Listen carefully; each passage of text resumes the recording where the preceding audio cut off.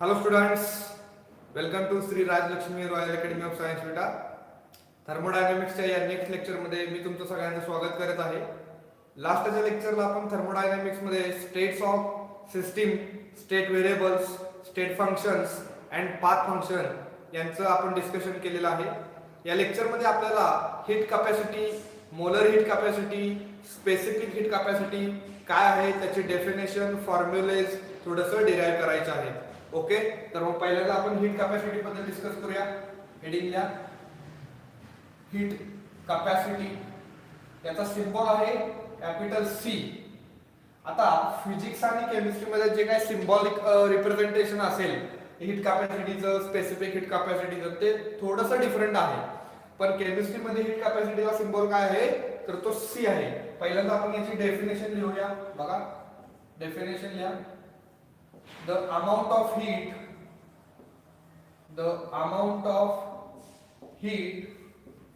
required to increase temperature of a body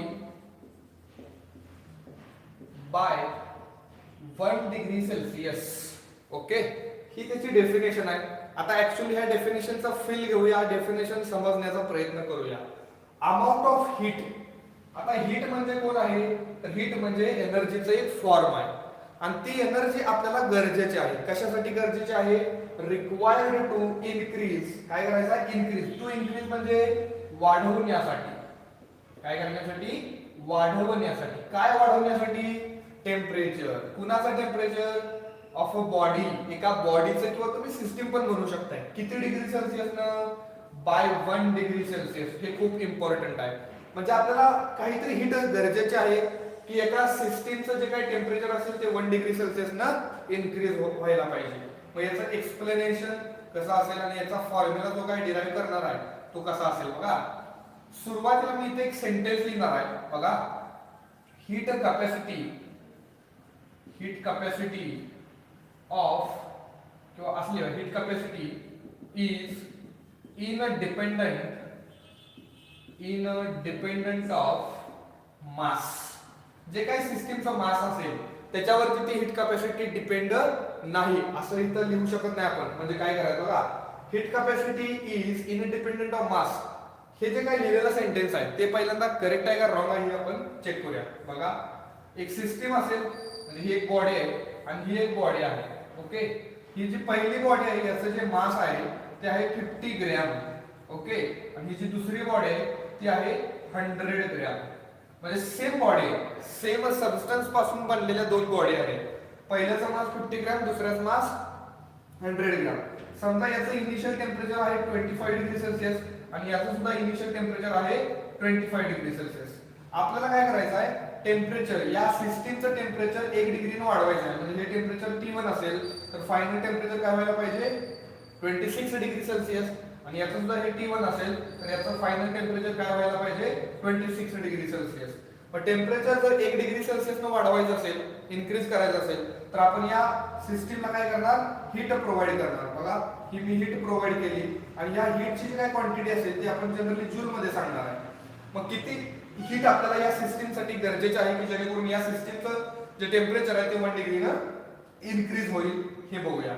समजा जी काही तुम्ही हीट दिलेली आहे ती हीट आहे dq. किती आहे? dq. किंवा इथं तुम्ही समजा 5 जूलची हीट दिली. किती? 5 जूल इतकी हीट तुम्ही या सिस्टीमला प्रोव्हाइड केली की जेणेकरून टेम्परेचर 1 डिग्रीने वाढेल. आता ही जी सिस्टीम आहे की ज्याचं मास 100 ग्रॅम आहे, या सिस्टीमला सुद्धा 5 जूल इतकीच एनर्जी द्यावी लागेल का रे? या सिस्टीमचं टेम्परेचर 1 डिग्रीने वाढवायचं असेल तर नाही. या सिस्टीमला थोडंसं जास्त एनर्जी द्यावी लागणार आहे की नाही? त्यामुळे इथं 5 जूल पेक्षा आपण असं म्हणूया 20 जूल इतकी एनर्जी गरजेची आहे. म्हणजे सिस्टीमचं जे काही अमाऊंट ऑफ मॅटर आहे, सिस्टीमचं जे काही मास आहे, त्या सिस्टीमचं मास जर वाढत गेलं, amount of matter present in the system जर वाढत गेली तर जी काही हीट गरजेची आहे ती हीट पण काय होत जाते? वाढत जाते. म्हणजे आपण हे जे लिहिले ना, हीट कॅपॅसिटी इंडिपेंडेंट, इथं काय लिहिलं पाहिजे? Heat capacity is dependent of mass. Hence म्हणून आपण काय म्हणू शकतो? Heat capacity is extensive property आहे का इंटेन्सिव्ह प्रॉपर्टी आहे? तर ही एक्सटेन्सिव्ह प्रॉपर्टी आहे, अमाऊंट ऑफ मॅटर वरती डिपेंड आहे. ओके, मग याचा एक फॉर्म्युला आता आपण डिराईव्ह करूया. पहिला याचा स्क्रीनशॉट घ्या. हा, आता या एक्सप्लेनेशन मध्ये आपण काय बघितलं की मास जे सिस्टीमचं आहे ते मास जर बदलत गेलं तर हीट कॅपॅसिटी पण बदलत जाते आणि म्हणून ती एक्सटेन्सिव्ह प्रॉपर्टी आहे. ओके, आता काय करूया बघा. आता आपल्याला सिस्टीमचं जे काही टेम्परेचर आहे ते किती डिग्रीने वाढवायचं आहे?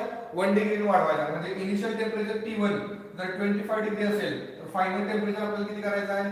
26 डिग्री सेल्सिअस. दोघांच्यातला डिफरन्स म्हणजे dt तो किती असेल? 1 डिग्री सेल्सिअसचा असेल का?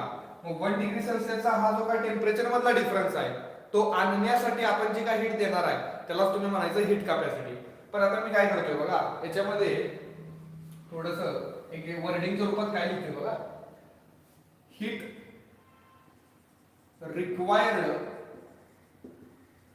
required to increase temperature of a system by dt is dq. असं लिहिलं तर चालेल का? किंवा शॉर्ट मध्ये जर लिहायचं असेल, कसं अतिशय अगदी शॉर्ट मध्ये जर लिहायचं असेल तर मी कसं लिहितो बघा. शॉर्ट मध्ये टू इनक्रीज टेम्परेचर, बघा, टू इनक्रीज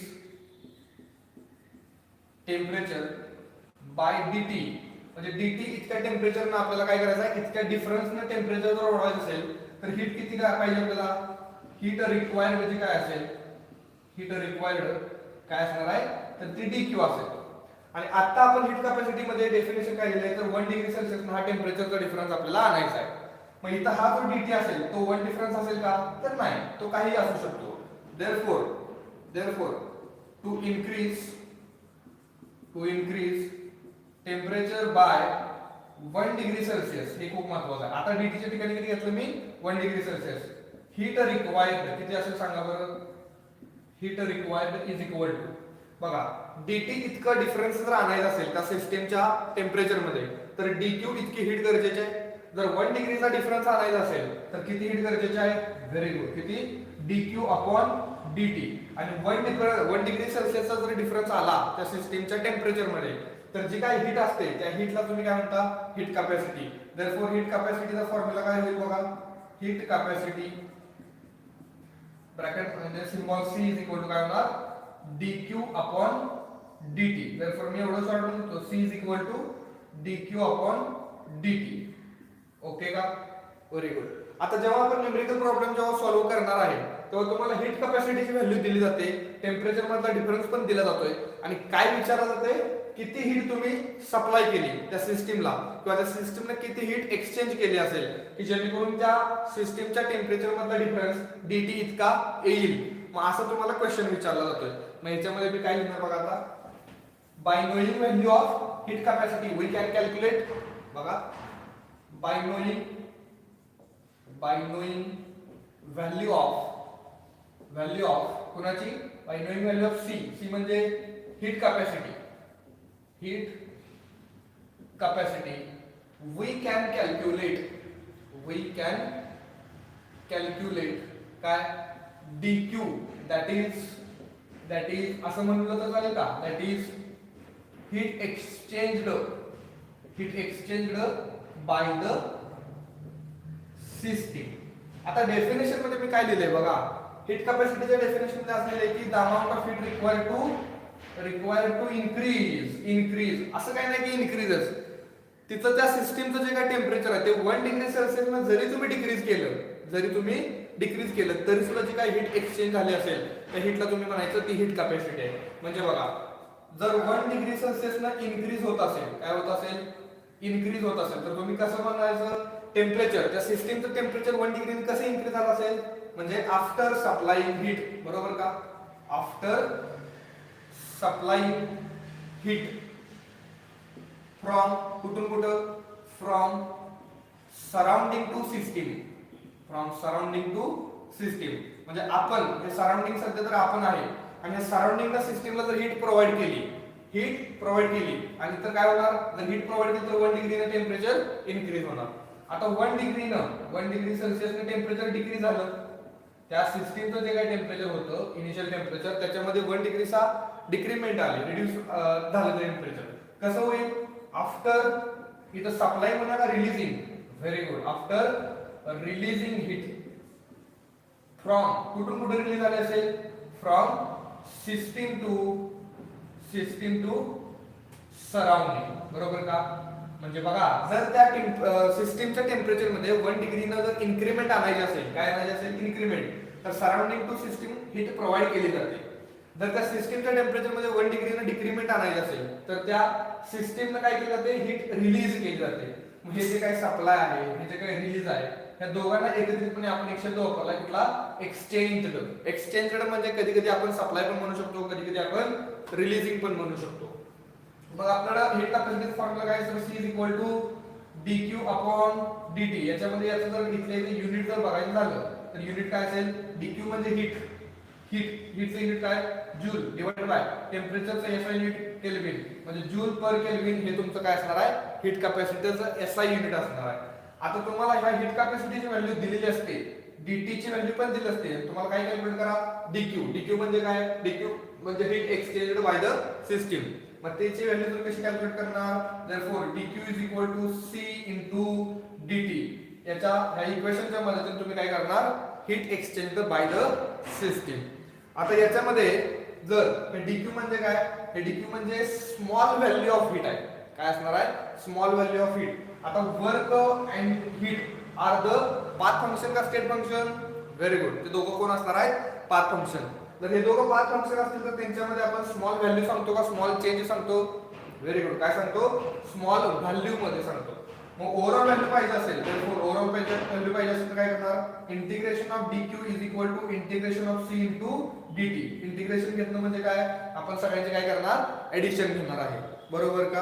आता इंटिग्रेशन घेत असताना कसं घेणार? From temperature T1 to from temperature T2, बरोबर की नाही? बरोबर. मग याच्यामध्ये पण दोन केसेस तयार होतात. याच्यामध्ये दोन केसेस तयार होतात. त्या केसेस बघूया पहिल्यांदा. केस नंबर 1 काय होते बघा? Case number 1, if C is independent of temperature, म्हणजे जी काही हीट कॅपॅसिटी असेल ती टेम्परेचर वरती इनडिपेंडंट आहे असं क्वेश्चन मध्ये सांगितलेलं आहे. जर तसं क्वेश्चन मध्ये सांगितलं असेल तर या इक्वेशन मध्ये हा जो C आहे टेम्परेचर वर डिपेंड आहे, म्हणजे तो C कॉन्स्टंट असेल. जर तो C कॉन्स्टंट असेल तर त्याला बाहेर घ्या इक्वेशनच्या.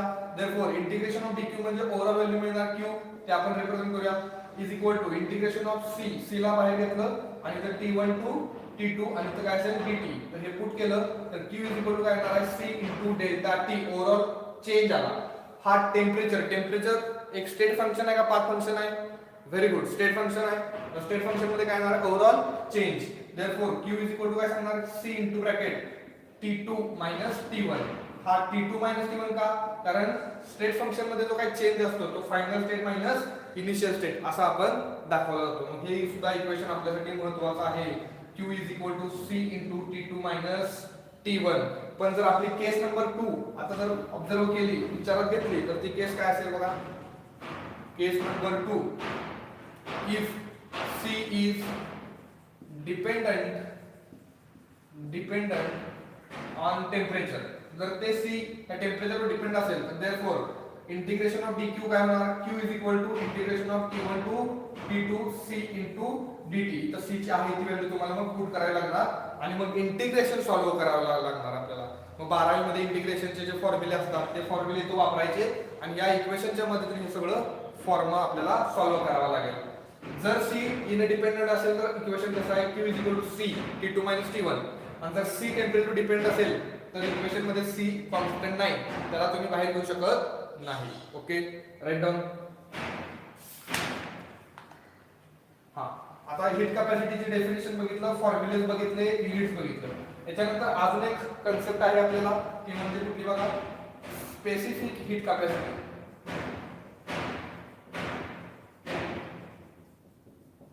स्पेसिफिक हीट कॅपॅसिटीचा सिंबल आहे S. काय सिंबल आहे? S. याची डेफिनेशन घ्या. आता स्पेसिफिक, इथं स्पेसिफिक हा जो वर्ड आहे तो जनरली कोणासाठी वापरला आहे? 1 ग्रॅम साठी. म्हणजे हीट कॅपॅसिटी पर युनिट मास. हे 1 ग्रॅम म्हणजे काय असणार आहे? पर युनिट मास म्हणजे तुमची स्पेसिफिक हीट कॅपॅसिटी. शॉर्ट मध्ये काय लिहिणार मी बघा, डेफिनेशनच्या अगोदर शॉर्ट मध्ये लिहू शकतो का, हीट कॅपॅसिटी पर युनिट मास. Heat capacity per unit mass म्हणजे काय असणार आहे, स्पेसिफिक हीट कॅपॅसिटी. याची प्रॉपर डेफिनेशन कशी असेल बघा, the amount of heat, the amount of heat required to increase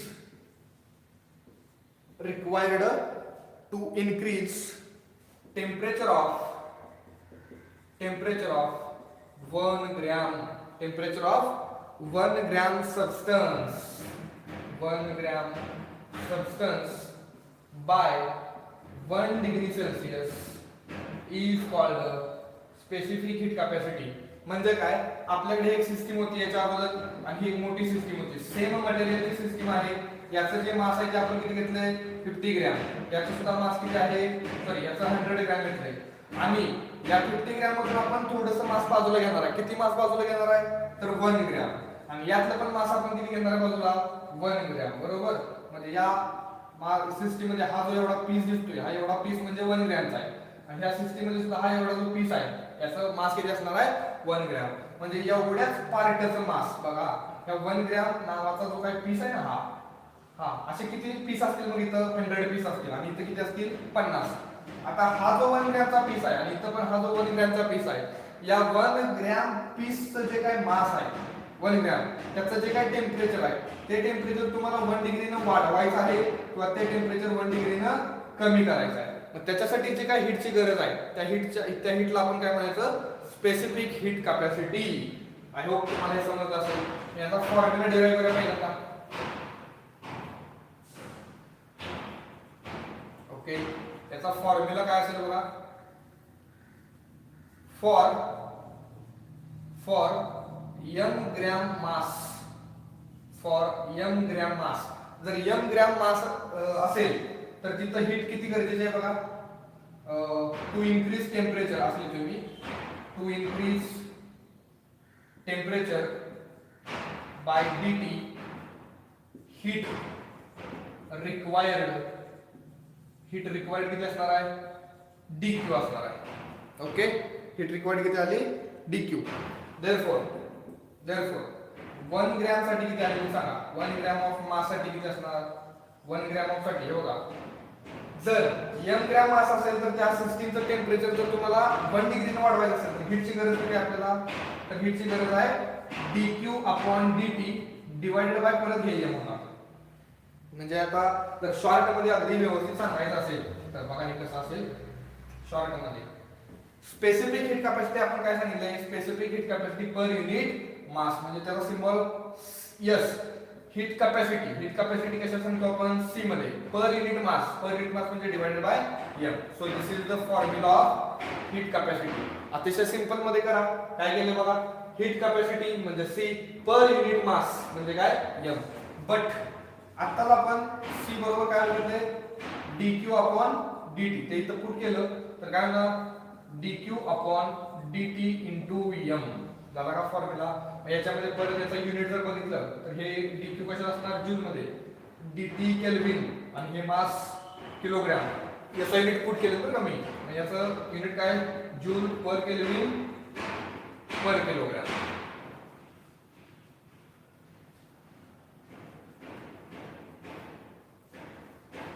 हा, तर हे झालं युनिट.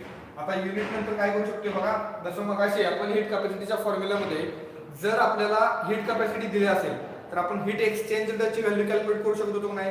तसंच इथं त्या स्पेसिफिक हीट कॅपॅसिटीची व्हॅल्यू जर दिली असेल, कोणाची स्पेसिफिक हीट कॅपॅसिटी, तर ह्या dq ची व्हॅल्यू मिळेल का, कशी मिळणार, therefore dq is equal to काय होणार, हे dtm हे s ला मल्टिप्लाय करा, s into m into dt होणार. म्हणजे याच्या अगोदरच्या इक्वेशन मध्ये dq बरोबर काय आलेलं, dq बरोबर c in bracket t2 t1 बरोबर का. पण या dq च्या वरच्या इक्वेशन मध्ये स्पेसिफिक हीट कॅपॅसिटीच्या इक्वेशन मध्ये काय आलेलं आहे, स्पेसिफिक हीट कॅपॅसिटीला पर्टिक्युलर मास नंबर मल्टिप्लाय करणं गरजेचं आहे की जेणेकरून तुम्हाला dq मिळणार. आणि हे dq काय असणार आहे, heat exchanged by the system. कशासाठी, to increase or to decrease the system to increase or to decrease the temperature of the system by 1 degree Celsius. Okay, unit वगैरे फॉर्म्युला बघितले. आता ओव्हरऑल व्हॅल्यू पाहिजे असेल, हे स्मॉल व्हॅल्यू आहे, dq म्हणजे काय असणार आहे, स्मॉल व्हॅल्यू. जर ओव्हरऑल व्हॅल्यू पाहिजे असेल तर असणार इंटिग्रेशन घ्या.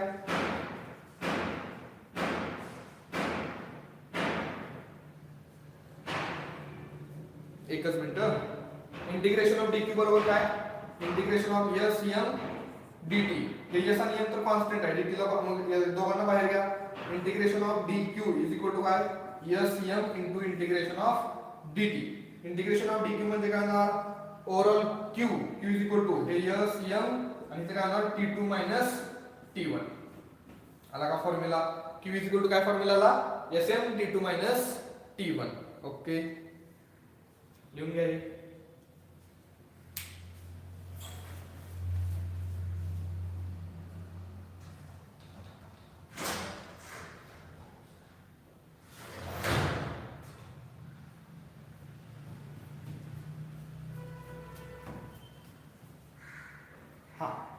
पुढची कन्सेप्ट कुठली आहे बघा, स्पेसिफिक हीट कॅपॅसिटी नंतर मोलर हीट कॅपॅसिटी काय असते बघू. हेडिंग द्या, मोलार हीट कॅपॅसिटी. आता मोलार म्हणजे 1 मोल आणि ते आपण कशाने रिप्रेझेंट केले, cm न. फक्त हीट कॅपॅसिटी कशाने रिप्रेझेंट करायची आहे, c न. तसं मोलार हीट कॅपॅसिटी cm न. याची पहिला डेफिनेशन द्या. शॉर्ट मध्ये काय, हीट कॅपॅसिटी पर मोल, हीट कॅपॅसिटी पर मोल. मग याचा फॉर्म्युला कसा असेल सांगा बरं. फॉर्म्युला बघा, हीट कॅपॅसिटी तुझे लिहिले ना, हीट कॅपॅसिटी त्याचा काय असणार आहे, cm is equal to per mole म्हणजे cm is equal to heat कॅपॅसिटीचा सिंबल काय c divide by per mole म्हणजे इथे n लिहिलं. डिवाइड बाय काय केलं, n. हे n म्हणजे काय असणार आहे, नंबर ऑफ मोल्स. आता c चं इक्वेशन आपण बघितले काय, dq upon dt into n. Therefore परत एकदा काय सांगू शकतोय, हीट कॅपॅसिटी पर मोल तर आपल्याला माहित असेल तर dq ची व्हॅल्यू मिळू शकते आपल्याला. देयरफॉर dq बरोबर काय, dq is equal to cm into dt into n.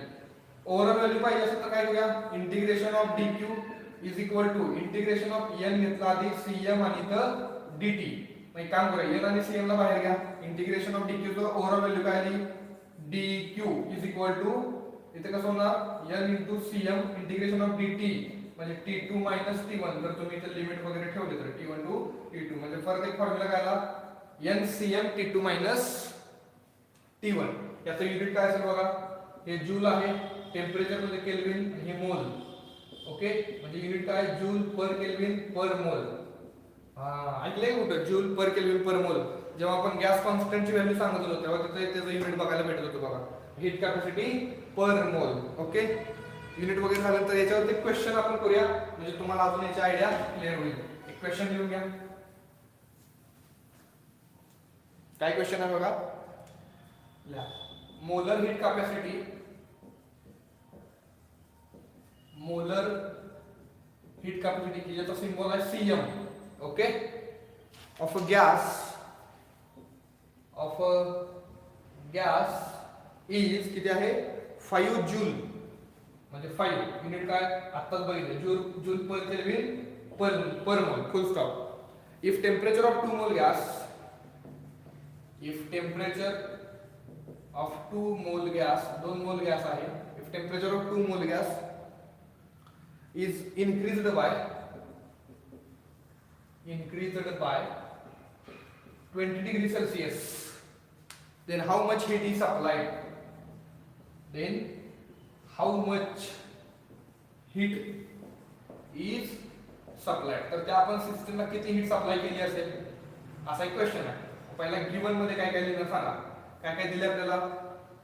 Molar heat capacity म्हणजे cm दिलेला आहे, किती दिले, 5 जूल पर केल्विन पर मोल.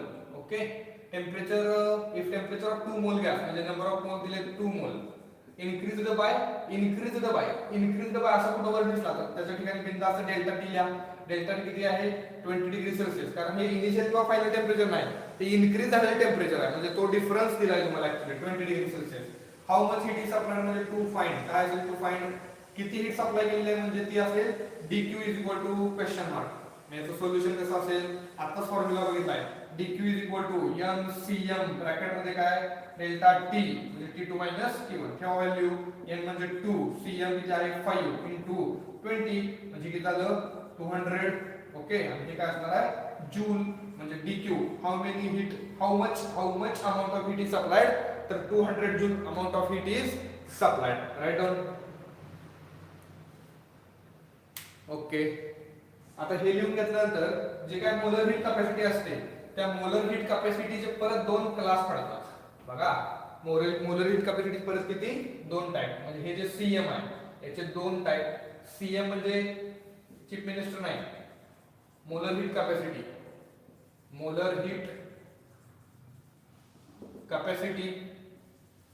At constant